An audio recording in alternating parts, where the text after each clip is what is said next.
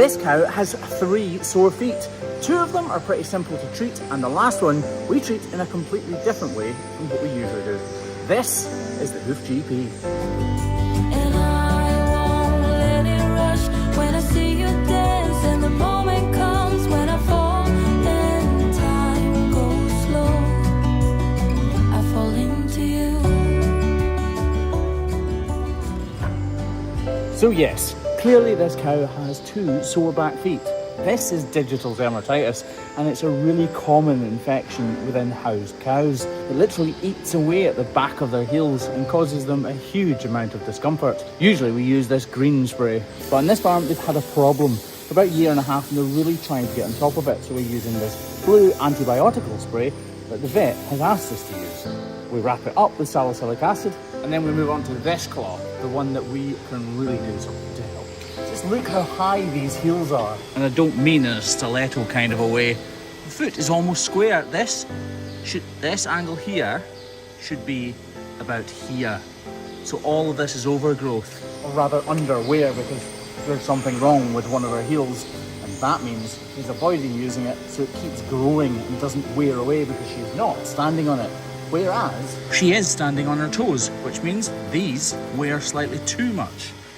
The problem is obvious though, that big hole.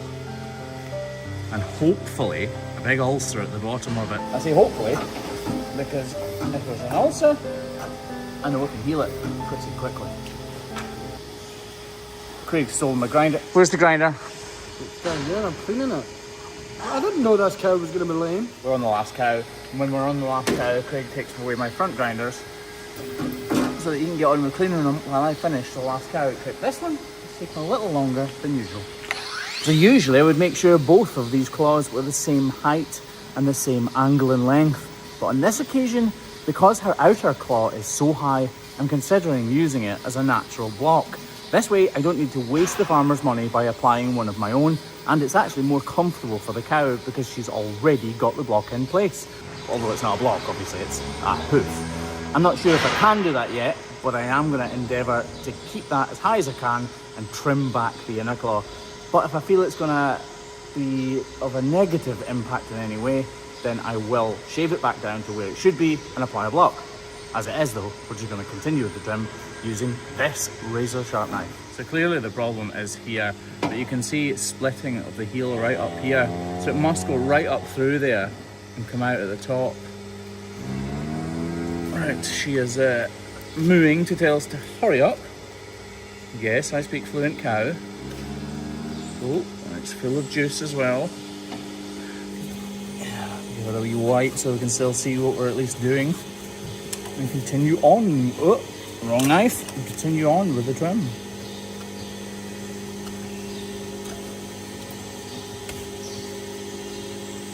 I want to get my knife in here and just peel back this layer here. You can see here the separation up in the axial wall, so we'll get a knife in and flick that away as well.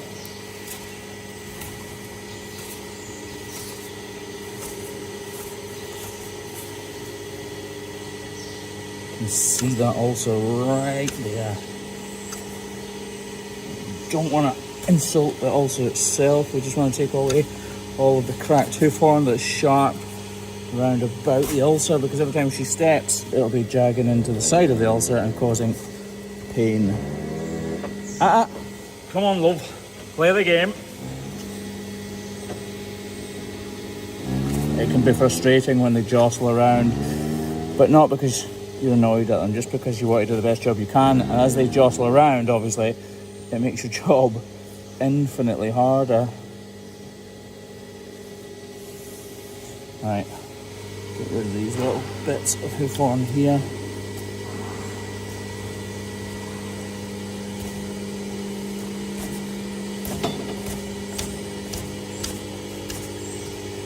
Reduce the entire heel. I don't just want that inner part where the ulcer is reduced, I want the whole thing reduced so it's not touching the ground.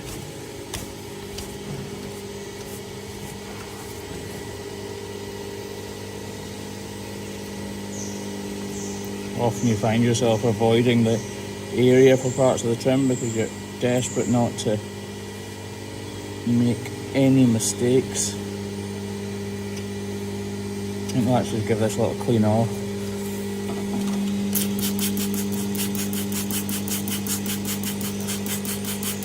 Just trying to understand if anything else needs to be removed. It's looking pretty good actually. Just look at this height difference. I think I'll just reduce this edge a little bit more though. So as gently as I can, I remove a little bit more of the excess hoof horn. I was struggling a little bit with the knife, and there's no point struggling when you've got a power tool just 2 feet away from you. With that done, it's looking pretty good. I'm just gonna model this area. There's a little bit of crack in hoof horn there that I wanna investigate a little bit. But I wanna make sure that this area is nice and wide so it doesn't accumulate any slurry and manure. I'm obviously gonna keep this claw as high as I can though. But see those little scraggly bits of hoof horn that I was talking about there, look? Yeah, it's nothing, it's fine. Don't think. It's fine. So we'll just smooth these out a little bit.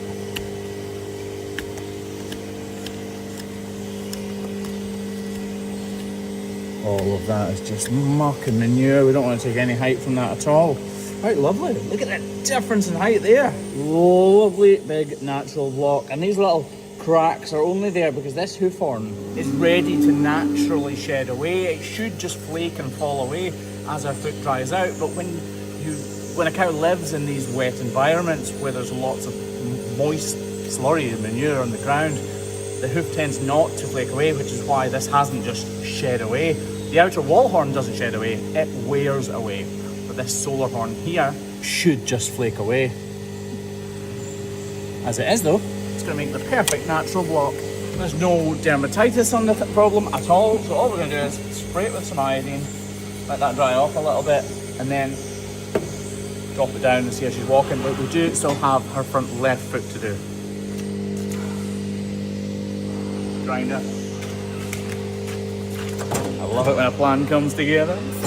This foot is more of a natural shape, and both of the claws are slightly overgrown, so we need to take them back to exactly where they should be, make sure that the length of them is both correct, and begin the model before we finish it off with this knife. Oh, lovely. Please don't struggle. I know. Just go right up in that axial cavity and swap knives. To trim this inner claw model, I'm going to get rid of all the little loose bits of scraggly and detached hoof horn. Just widen that a little bit more. I've got it in my hand. Don't want those bits of hoof horn. Go away. Is that dermatitis? No, but I think there has been some, so we'll give it a quick spray. We'll use our spray for that though, because it's not as bad. Right up in between the top of it. Right, let's see how she's walking.